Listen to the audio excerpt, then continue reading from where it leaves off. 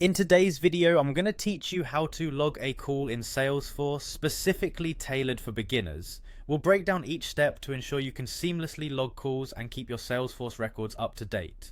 Let's dive in. First, let's get started by navigating to the Salesforce interface. You'll want to begin by clicking on the app launcher, which is the grid icon often found in the top left corner of your Salesforce screen.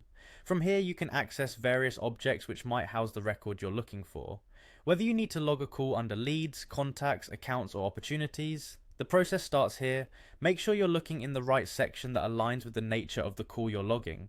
Once you've identified the correct area, go ahead and open the specific record where the call needs to be logged. This could be a client's contact page, a potential lead, or another relevant record tied to your call. With the record open, direct your attention towards the tabs available on the page. Look for the Activity tab. This is where you will manage and document activities like calls. The Activity tab is typically nestled alongside other tabs such as Details or Related.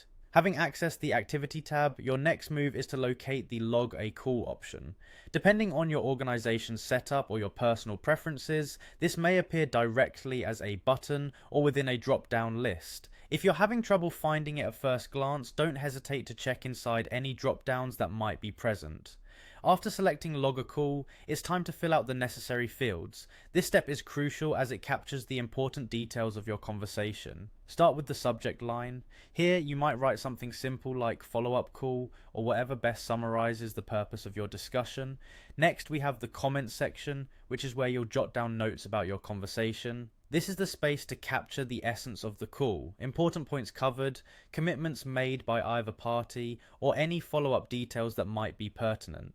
The name and related to fields generally auto-populate based on the record you're viewing, but it's always a good practice to double-check these fields to ensure accuracy. They tie the call to specific entities within your Salesforce system, offering context that could prove invaluable down the line. Once all fields are to your satisfaction, it's time to click Save. This action logs the call activity to the record's timeline, integrating the new information into the system efficiently. And just like that, your call has been logged successfully and will now appear in the activity timeline of the record. This makes it visible to teammates and associates who share access to that record, maintaining transparency and enabling everyone involved to stay informed. By following these steps carefully, you'll ensure that your communication and call logs are efficiently managed, helping drive better customer relationships and keeping all team members on the same page. Thanks for watching, and see you next time for more Salesforce insights.